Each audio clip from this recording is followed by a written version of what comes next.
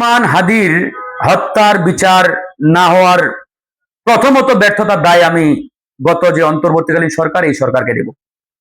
এই সরকার এই হত্যার বিচার করতে চরমভাবে ব্যর্থতার পরিচয় দিয়েছেন, মারাত্মকভাবে ব্যর্থতার পরিচয় দিয়েছেন।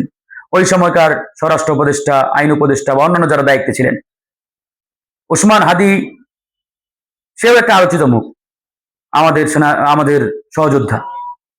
তাকে যেভাবে নির্মমভাবে গুলি করে হত্যা করা হয়েছে, শুধু বাংলাদেশ না, সারা বিশ্বের যেখানে যেখানে আমাদের বাংলা ভাষাভাষী লোক রয়েছেন, সবার হৃদয়ে নাড়া দিয়েছে সেই ঘটনা।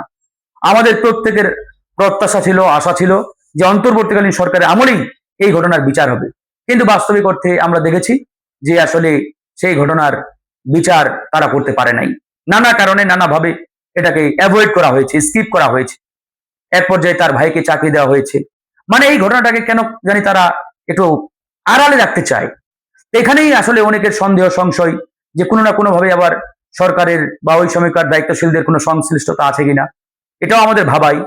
তা আমি যেহেতু বর্তমান প্রেজেন্ট বিএনপি নেতৃত্বাধীন সরকার, এই সরকারের কাছেও আহ্বান জানাবো যে অতি দ্রুত হাদি হত্যার ঘটনার একটা সুষ্ঠু তদন্ত করে আপনার জনগণের সামনে সেটা প্রকাশ করুন, এবং এই ঘটনার সাথে যারা জড়িত তাদের প্রত্যেকের বিচার অবশ্যই হতে হবে।